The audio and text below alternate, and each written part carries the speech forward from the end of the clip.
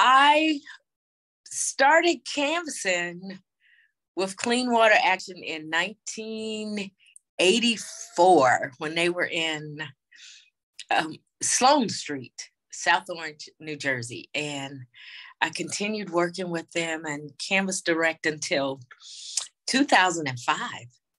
Just amazing. And the first thing I want to say is congratulations, happy anniversary to Clean Water Action for 50 years of just amazing organizing and winning and work. So now I live in North Carolina.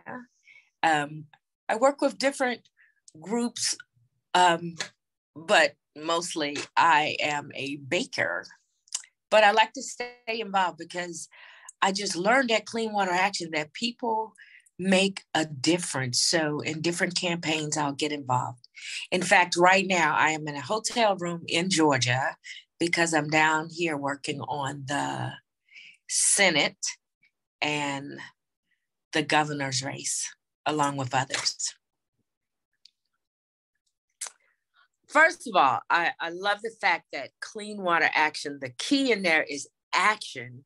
I mean, in the canvas, we went door to door getting people involved. And I think of all the member groups that Clean Water and New Jersey Environmental Federation worked with, and just all the memories from seeing bills getting written and passed. But the one that really sticks out the most was the experience of the Clean Water Enforcement Act. I remember sitting in a board meeting with all the member groups, you know, the leaders on the board, and going around the table. And I think Amy's question was, what would you want to see in this bill?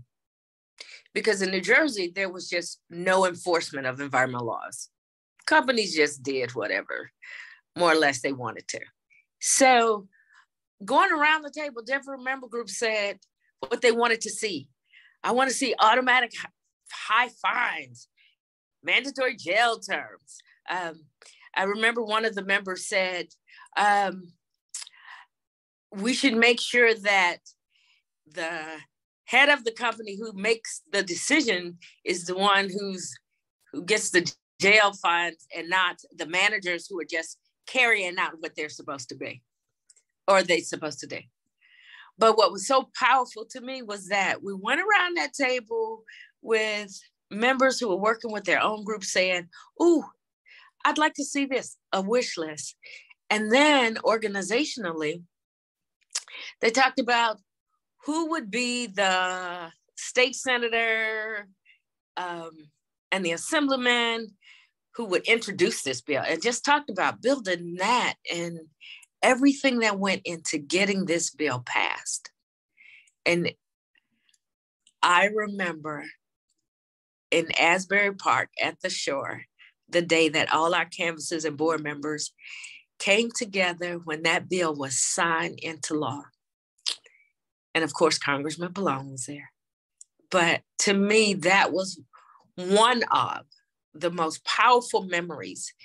We started out in a board room where it was, oh, I'd like to see this, I'd like to see this.